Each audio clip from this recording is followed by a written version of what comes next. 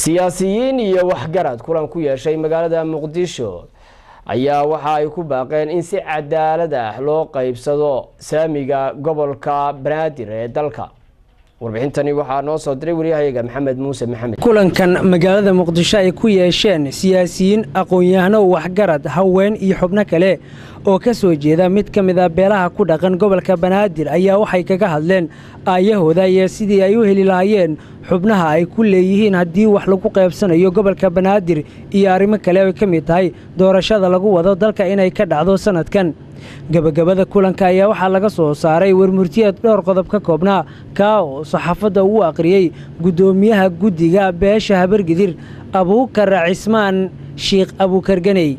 waxaan ka shiraynay oo aan u wacnay oo inaga aqbaleen oo isugu nimid gobolka Banaadir oo aan wada deganahay ummadda Soomaaliyeed ku wada dhowr caasimadii dalka ah raali kama noqon sida ay lagu maamuusayo ama looga kala hadlayo. waxaan mudanahay kuma qabno mana ku talalihi talana kama wadaagno qiimaha iyo dhaqaalaha iyo maslaxadda iyo sida looga tashanayo iyo siyaasadda lagu hagayo midna waxba kama ogin. sida la wada ogyahana waxaa hore la isugu ogaa inay masab gaar leedahay caasimaddu. haddana waxay la tahay waqtigii yaa la gaaray. waxaanu ka tashanaynaa inaan qaybteena qaadano annagoo cid aan ugu martinahay aanay jirin.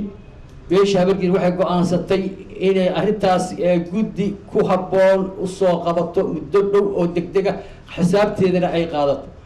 2016 waxaa Soomaaliya ku heshiiday inay qabiil wax ku qaybsato.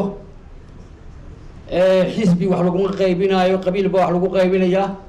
beesha Habargidir si ay masabka ay ku leedahay ula wadaagto ummadda Soomaaliyeed 2016 ayadana waxay isku waafaqday musharaxiin dhowra ayay leedahay Habargidir. musharaxiinteeda inay wadaajido oo talo u wadaajido oo ay dad qiimo leh oo ummadda Soomaaliyeed ka gadmi kara ka soo saarto mid iyo laba waxay noqdaanba ayadana go'aan ayay noqotay.